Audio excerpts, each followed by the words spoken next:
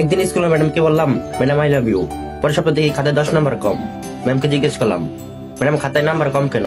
Madam তখন বললো, এটা তোমার বেয়াদবির শাস্তি। হেডমাস্টার স্যারকে বললাম, স্যার আপনাকে আমি খুব ভালোবাসি। পরের দিন দেখি স্যার আমার হাতে টিসি ধরিয়ে দিল। তিনি বললেন, এটা পড়ালেখার জায়গা, এটা ভালোবাসার জায়গা না। টিসি হাতে নিয়ে বাসা যেতেই ভাইয়াকে দেখলাম। ভাইয়াকে বললাম, ভাই আই লাভ ইউ। ভাইয়া তখন বললো, নতুন শার্ট কিনার দান্দা, যা এখান থেকে। বোনকে তখন বললাম, আই লাভ ইউ। বোন বললো, নিশ্চয়ই তোর জামা কাপড় নোংরা হয়েছে, যা এখান থেকে, এখন আমার সময় নেই। বাজারে যাওয়ার সময় বাবার সাথে দেখা হলো। তখন বাবাকে বললাম, বাবা তোমাকে খুব ভালোবাসি। বাবা তখন বললো, বুঝতে পারছি আমি তোর মতলব। আমার পকেট এখন ফাঁকা, আমার কাছে কোনো টাকা নেই। এসব শুনে খুব খারাপ লাগলো। কেউ আমার ভালোবাসার দাম দিল না, সবাই উল্টোটা ভাবলো। বাকি আছে মা। চিন্তা করলাম এবার মাকে গিয়ে বলি। মা রান্না করে রান্না করছিল।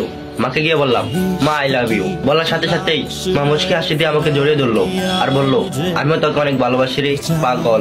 সারাদিন কোথায় ছিলি? আয় খেতে বসবি চল। তাই সবশেষে বলবো, মায়ের ভালোবাসার কোনো তুলনা হয় না। কোথায় মায়ের পাগল সন্তানেরা?